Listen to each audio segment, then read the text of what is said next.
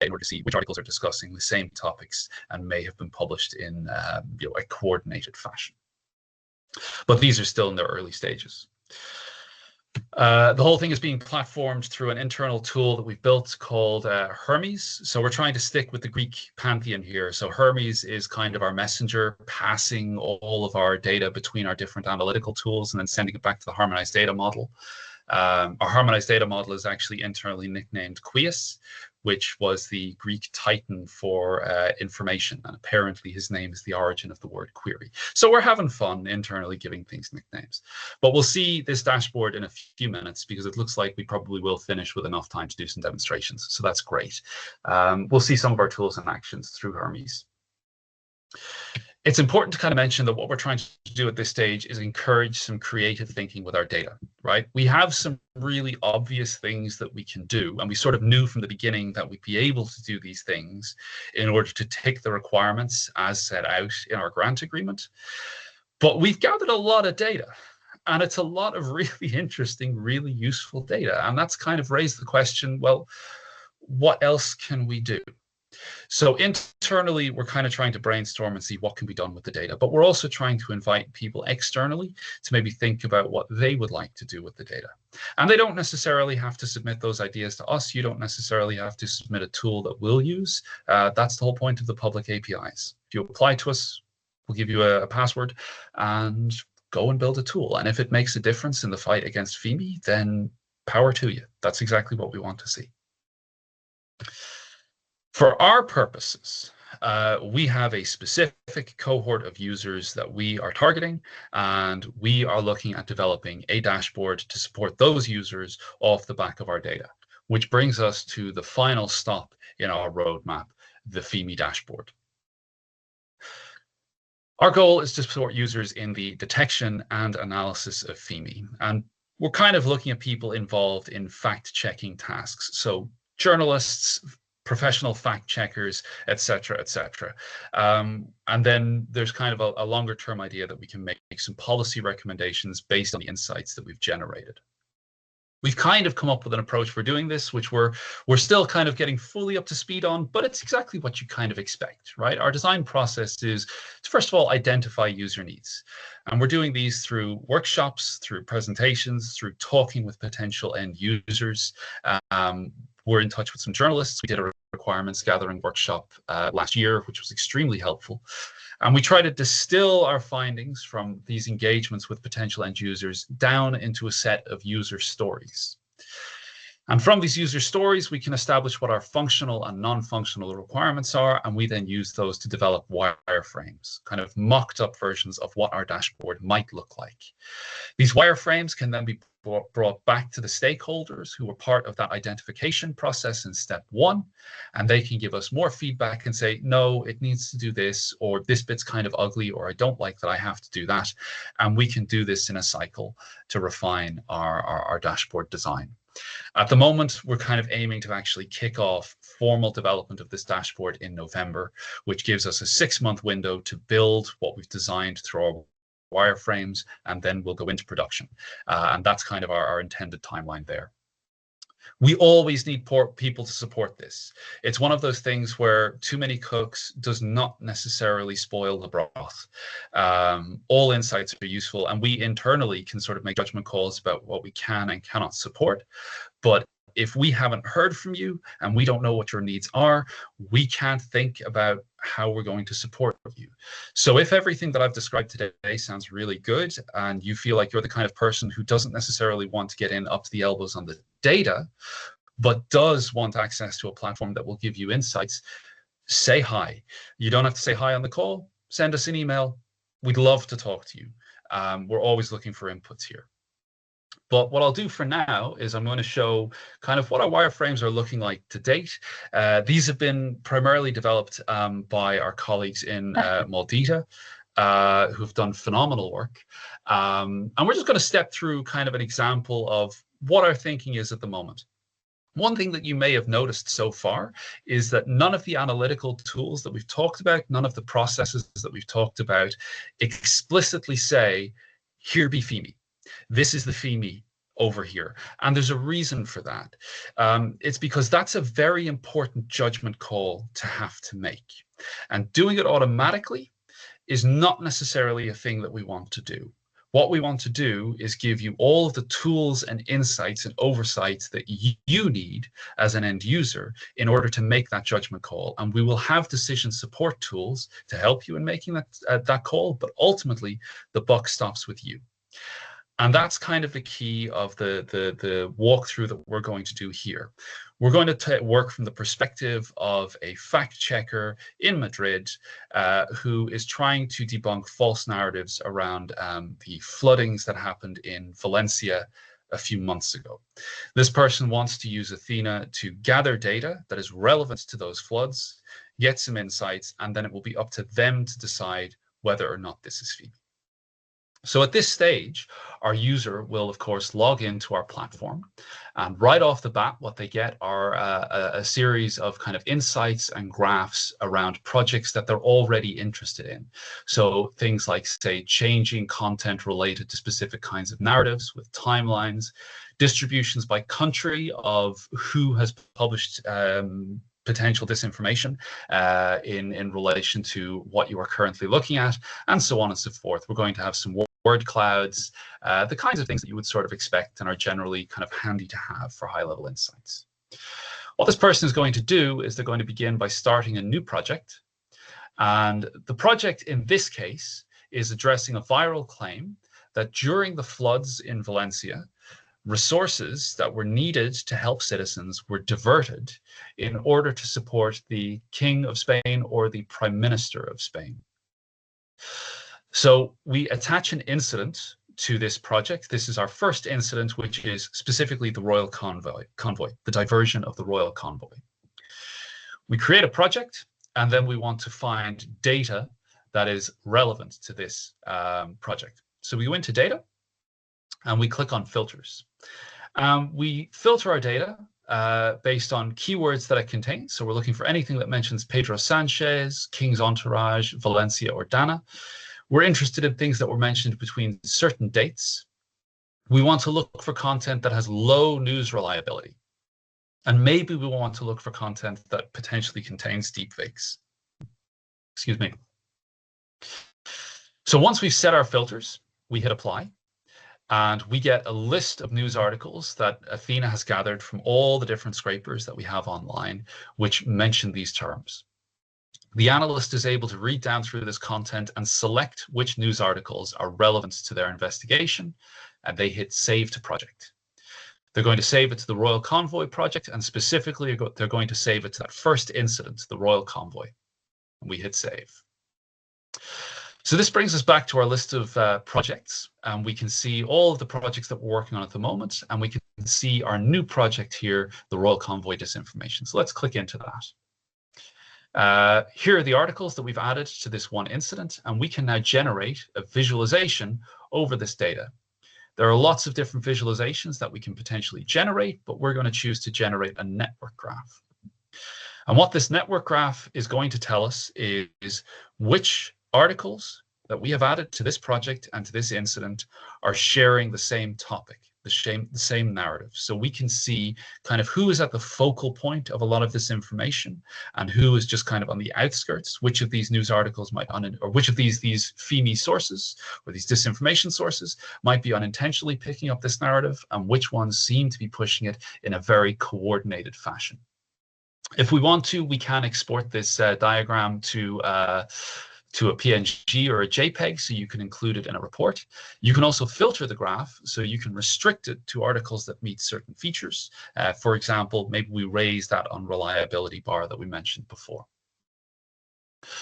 When we're done looking at this, the next thing that we might want to do is add a second incident. And what we're interested in doing is seeing, we have two incidents that are connected to this specific what we're calling a FEMI attack, or potential FEMI attack. We want to see how much overlap there is between the sources that are amplifying the royal convoy narrative and the sources that are amplifying a second narrative in relation to Bugatti Zelenska. In this context, what we're actually going to do is look at the channels that we've already added to this project. and we're going to see which of these channels are pushing content from the first incident that also are relevant to the second incident. So we drill down into our channel, and then we select data from this channel, and we get all the articles that this channel is pushing in relation to this second incident. We can then filter that down to content that is relevant to this new.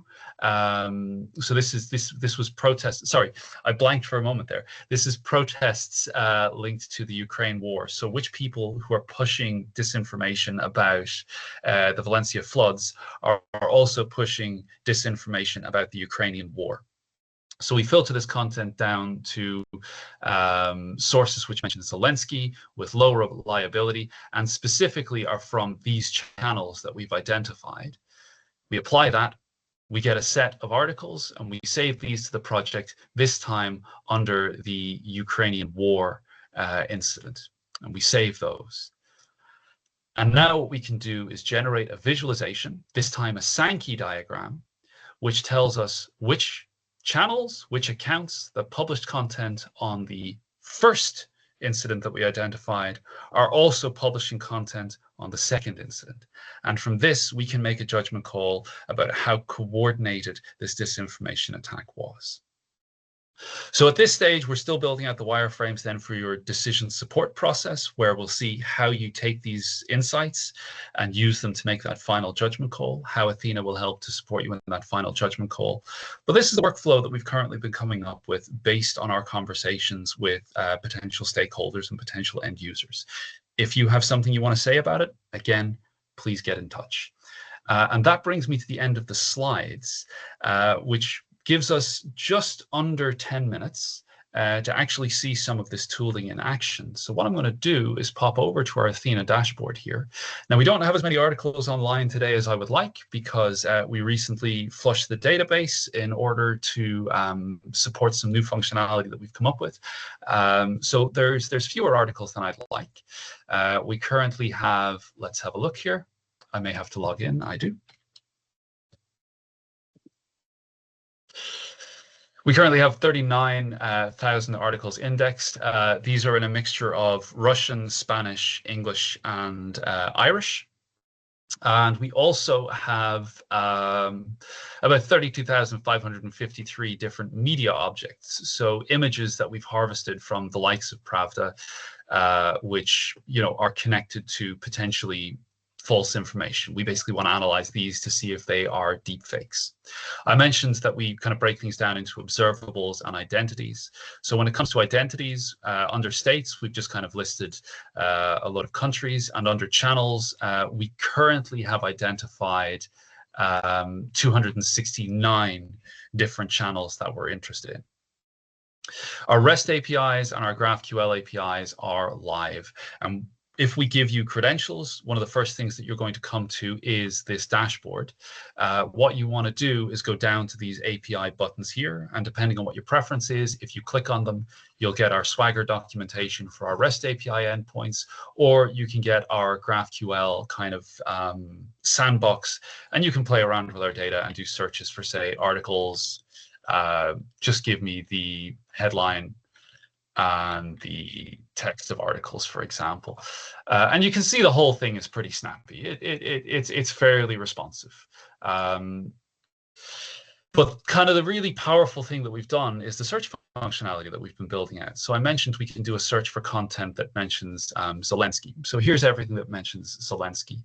If I want to do a search for everything that comes from, for example, a specific channel, let's say Pravda's English network that mentions Zelensky, I can run this search, and it gives me 5,081 channels that mention Zelensky, all published just by the News Pravda network. We can filter by things like when articles were published, when they were published before, if they were published after, but also when we first saw them and when we last saw them. So we can look for content that we have been monitoring continuously, and we'll tell you the last time we saw it. So we'll know if a piece of content disappeared, how long it was online for. And it's also kind of useful for knowing if that published date was actually manipulated, right? Like it says it was published on the 21st of May, but we saw it on the 4th of January, guys. What's really cool is our ability to then filter by all of these different outputs from our analyzers. So, for example, we can say, just give me any content that has an unreliability score of greater than 0.6. And we get these Russian articles back from Abakan News, about 296 articles there. And we can further filter to give me something that looks like it might be satire. And we get 30 articles that might be satire. I can click into this. I can have a look at the analysis report. This is very much an interface built by an engineer for an engineer. We'll have some nicer graphics in the future, but for now you can read down through the results and you can see that this is very likely a satire article according to our classification, but it's not necessarily hateful. I can't read Cyrillic, so I leave it up to somebody else to tell me what this actually says. Let me see. And then the other thing that we have got is our Athena dashboard, or sorry, our Hermes dashboard, which lets us do some analysis. So let's, for example, grab an article. Let's grab, for example, this little headline here. And we can drop this into our binary reliability classifier, for example, hit submit. And very quickly, we get a judgment call based on the headline that this is quite an unreliable article. So if we wanted to, we could take this a step further and drop it into our multi-class reliability classifier, hit submit, and we can see that it's unreliable because it has a very high bias score according to this classifier. We can do named entity recognition, of course, as I already mentioned. And this tells us that this article contains mentions of Zelensky and some dates. And we can even annotate the sections of the sentence which contain these references. We can check to see if it contains any hate speech as well, if we want to, if that's potentially useful. We can see that this is not hate, but it is biased and it's probably unreliable. Our deepfake detection service is actually offline for maintenance today, but we can drop in an image URL of a deepfake and it will just give us a probability output. I have talked for the full hour, which I didn't actually fully expect to do. So what I'm going to do is just go back to my thank you slide and thank you all for your patience. I am an academic, which means I have a tendency to yak on a bit. But if people have any questions or would like to talk to me or would just like to get in touch, here's my email address. Please feel free to reach out and we'll give you access to some of these tools that you can play with and see if they're useful to you or give us advice on how we can make them more useful for you. So thank you very much for your attention. I really appreciate it.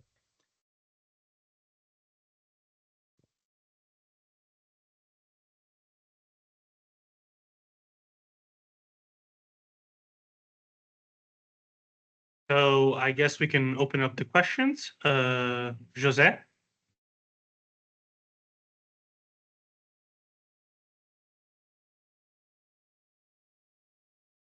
You're on mute.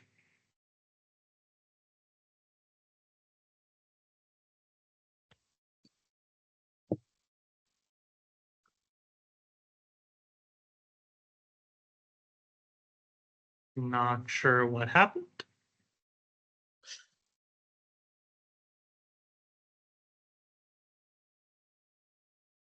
If not, there's the Q&A section. If you look on your dashboard in the upper corner next to, well, not in the upper corner, but like straight up next to chat. And people have asked, well, Elena has asked to share your contact details. And as you can see, it's on the slide. So you can write that down. I'm also going to paste it into the chat there if anyone wants to copy it. I'm aware my surname is a little funny. So yeah, that's an easy one to misspell.